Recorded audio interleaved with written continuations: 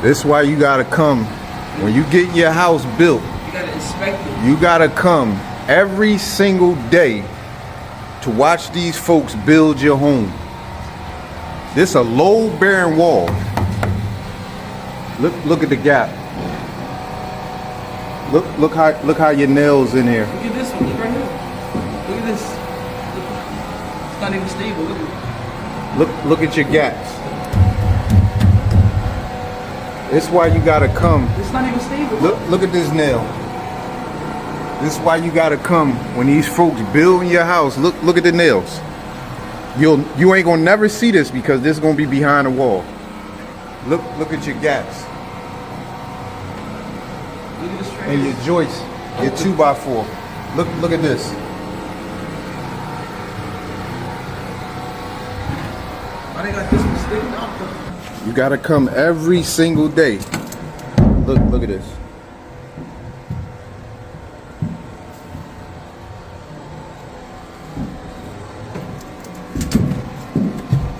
Is this even stable? Guarantee you they'll never take stuff like this out. This gonna stay behind your wall for forever. Look at the nail, straight through the stud.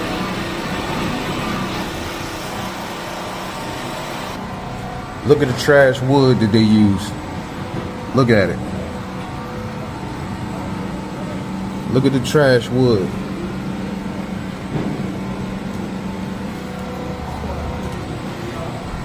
This pressure treated, but look at it.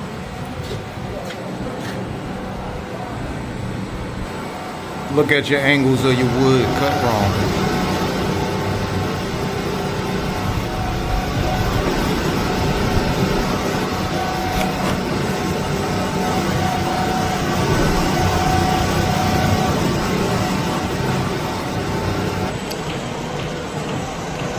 You ain't gonna never know.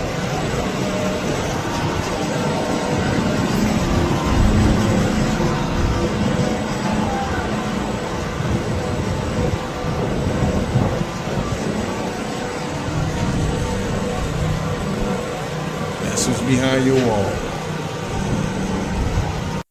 I think my buyer beware for new construction. Although it is beautiful, everything is brand new, no one's ever lived there before. Like, know what you're getting into. Sometimes people like to be the first ones in the development, and they'll brag about that. Oh, we were the first ones here. We were one of the first houses. We were on the first. Yeah, that might not bode well for you when the tax assessor comes back out after the development has progressed. They're a third of the way done, half of the way done, and your taxes go up, and therefore your mortgage goes up. I've seen people fall prey to this where their mortgage goes up significantly outside of the budget that they had for the house. I don't think that you should have to budget or anticipate $500+ additionally in a mortgage when that's not what you kind of signed up for. Are your taxes going to increase? Likely. Is your mortgage going to go up? Probably. However, that much of an increase can be a little bit egregious.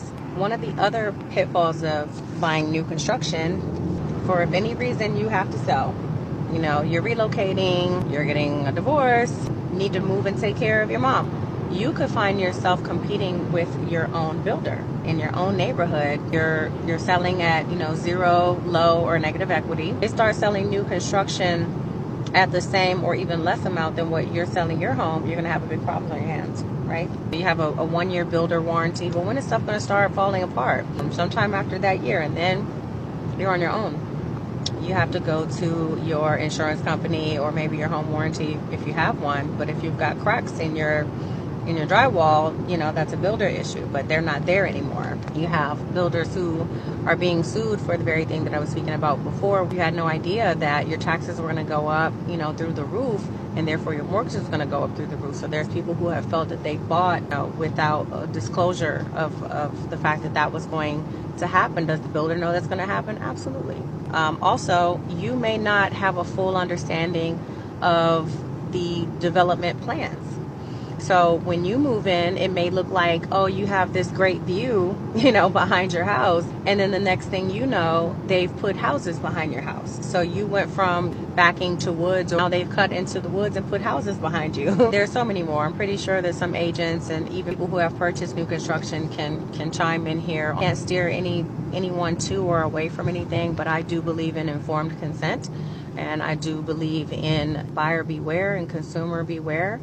These are some of the things that you can experience purchasing new construction. I hope that helps someone. $500,000 and 2.5 years later, and this is what you get. This isn't even the worst part. I'll show you the worst part and tell you who the builder is. This crack started forming at the door crack, and then it was about here, and we've been monitoring it, and it's gone to here. That isn't even the worst part. The worst part is the door doesn't shut because it gets stuck up here. The door has shifted, and the crack is forming on the opposite side, which also started about here and has extended, and the door casing separating. And you see this chip mark right here where the door is catching.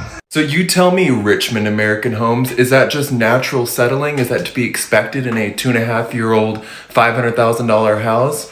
Or is this a result of poor materials, poor craftsmanship, cheap materials, rushing things along and slapping things together? Because I'll tell you something, for young people and people like me who worked their ass off for 10 years to save up a down payment on a house, you know, this doesn't settle right with me, no pun intended. Have you noticed that some brand new homes are having major problems before the owners have even unpacked? From cracked foundations and leaky roofs to poor workmanship and rushed construction. New doesn't always mean better. Buying a newly built home should bring peace of mind, not expensive repairs and constant headaches. Let's take a look at what's happening and why so many homeowners are speaking out. Do not buy new construction. I repeat, do not buy a home that is new construction. I'm going to tell y'all a little story. I bought a home roughly 7.5 years ago from the company D.R. Horton. One of the worst building, development companies there is out there. They put these homes up fast and cheap. So I bought a home from D.R. Horton, brand new home. It was a townhouse and was the first one on the block to purchase a home. We were first ones on the block. They offered an incentive they usually do under new construction to pay majority of the closing costs, which is the reason why I went for it, because that closing costs can get expensive. And this was in South Florida, Fort Lauderdale, so very expensive.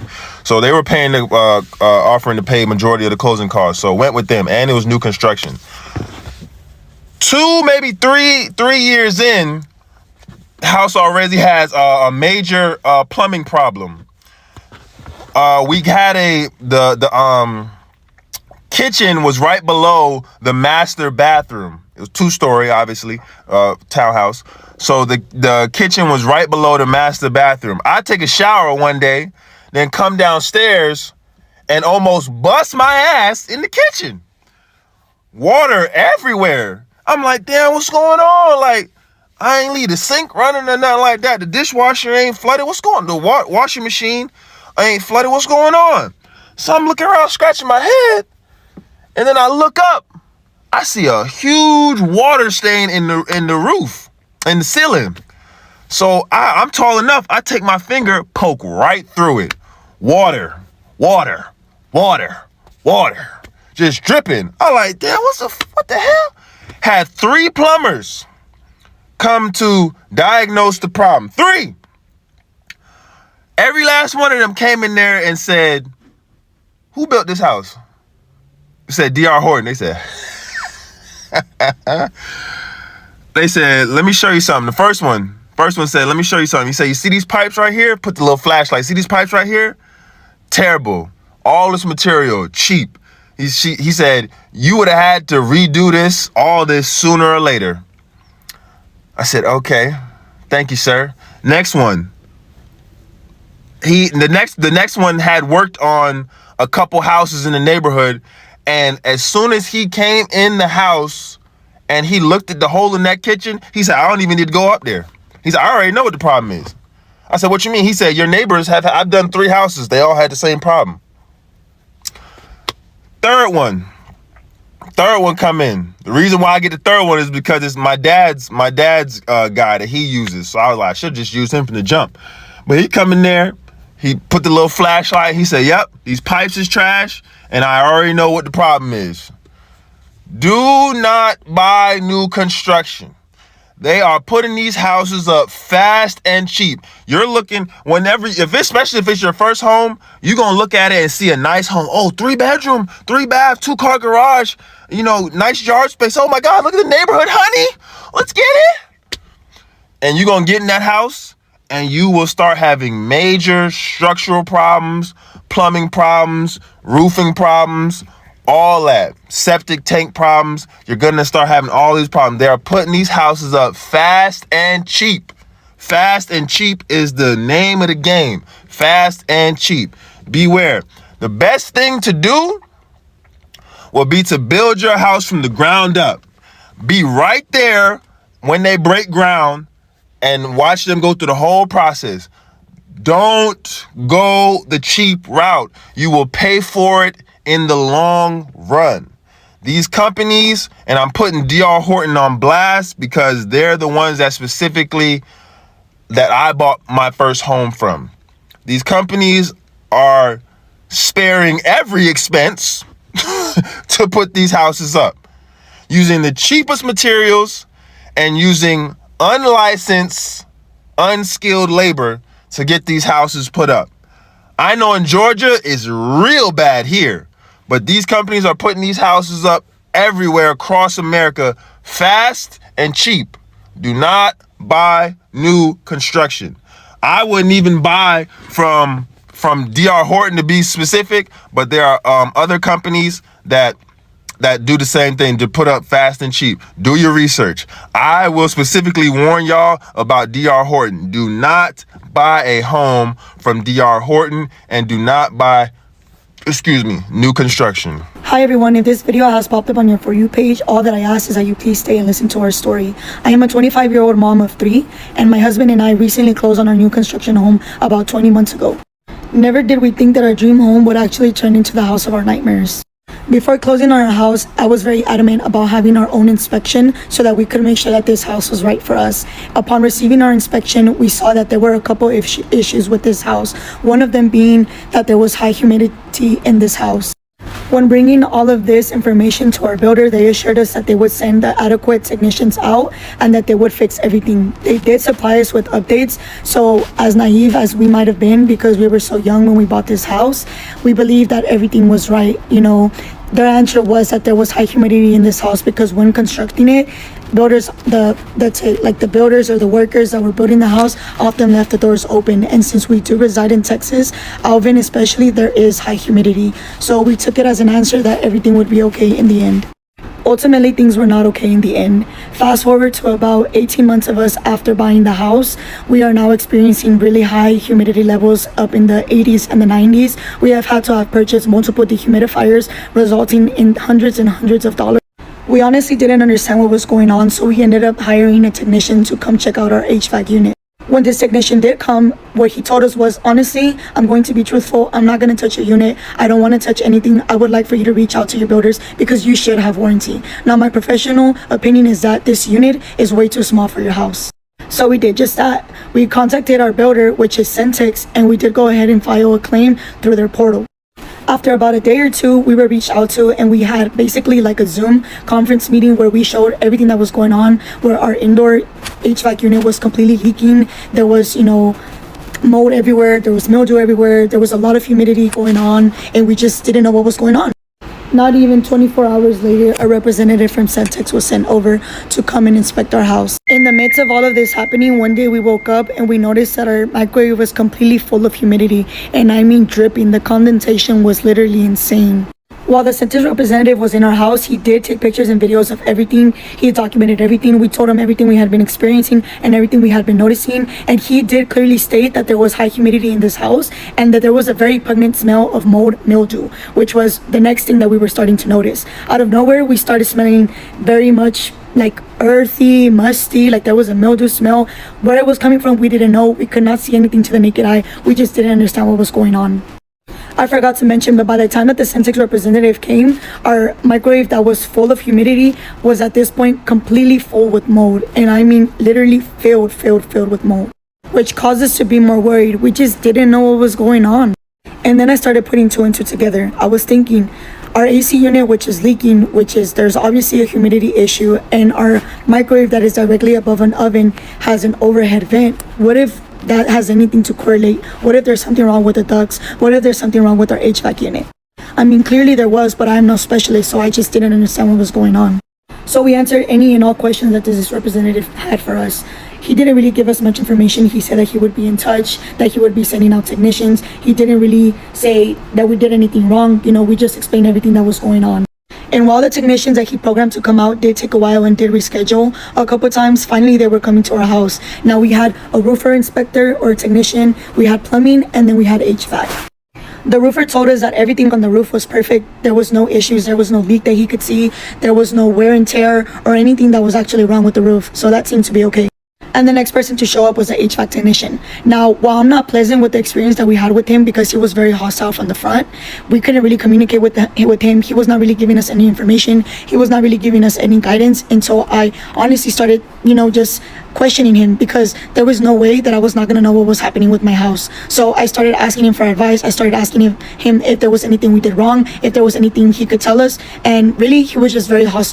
He kept trying to point fingers at us and saying that it was our fault. He kept trying to say that the dehumidifiers that we have purchased is the reason why our house was feeling so hot, which is extremely false, because we have been having the dehumidifiers for about a month before anybody came out, and it was not hot. The only reason our house was hot within the last 3 days of the technician coming out was because the humidity was reaching about 90%. Clearly, our unit was not being able to keep up with whatever was going on with our house. I also asked him that whenever we were closing on our house, the only instruction that they told us was make sure you change your vents and make sure you flush your PVC drainage line for like the condensation to go out. And I told them, how do you do that? How do you flush it? And they said, well, people do bleach and people do vinegar. Please don't do bleach. I don't recommend that, because a lot of people do bleach and that can cause actual damage to the PVC pipes. And I said, okay, I'll do vinegar, which is what we had always done. Mind you, I also did ask this technician that was sent out by Centex. I said, this was said to us at closing. This is what we did. Did we do right? And he said, yes, you can opt for bleach or you can opt for vinegar. Vinegar is perfectly fine. But no matter the times that we flushed, and we had flushed it right before the representative was sent out, nothing was going down. The drainage line was completely clogged. He ended up informing us, this is the only information that he gave us, was that we have like a vent in our attic that opens up every hour to basically bring fresh air in so that the air circulates. And he said that that was set to be open 42 minutes of every hour of every single day. So in my head, I start thinking, if this has been like this since closing, because nobody has touched it, nobody has been up there, we're talking about 42 minutes of every single hour of every day for almost 2 years, or 20 months. Can you imagine the humidity that has been coming into my house? That is why it can't keep up. That is why we're experiencing high humidity. And he told us that he had set it down to 6 minutes, and instantly we started seeing the thermostat go down from the high 80s down to 70s, down to 60s. Whenever he left, I want to say it was in the 60s, and unfortunately not even an hour later, everything started to climb again. 60s, 70s, 80s, reaching the very high 80s. So we were left with no other choice but to turn the dehumidifiers back on, because there was no way we were going to let the house be that humid. These literally look like sheds. Why would you ever want to live next to a freeway like this? I hope they're giving the Insomniac special. The siding is already shriveling up. If you prompted ChatGPT to build a neighborhood, this is what it would look like. AI-ass looking houses. Even the brick is on Ozempic. Shit is thin as hell. Backyard's just for show, because if you use it, you're going to twist your ankle. Ooh, they turned the saturation all the way down. Builders really read a wrinkle in time and said, let's create this. You have a whole house and one window on the side? Diabolical. This is what it looks like to own a $500,000 home that you cannot live in because it is full of mold. As of almost 4 weeks ago, we finally moved out, and let me tell you, since walking into this house today, I cannot believe we even survived here for 2.5 years. The smell is so god-awful. We are still in active lawsuit against Perry. Seriously, can't wait for this nightmare to just be finally over. Imagine paying $3,500 a month for a home you never got to enjoy. Imagine being sold a dream and being robbed of everything. Builders need to be held accountable. This video is the AC tech explaining how our AC was a faulty unit. completely oversized, exposed holes everywhere. That he's never seen something built so horrible.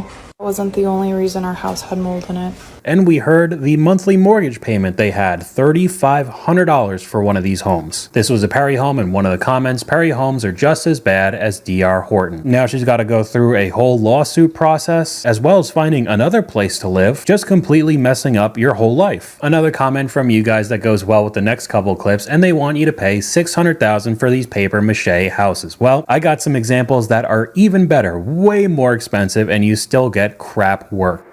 I'm not saying every new construction home is built this way, but these stories are raising important questions about quality and accountability. What do you think? Is this becoming more common, or are these just isolated cases? Let me know your thoughts in the comments.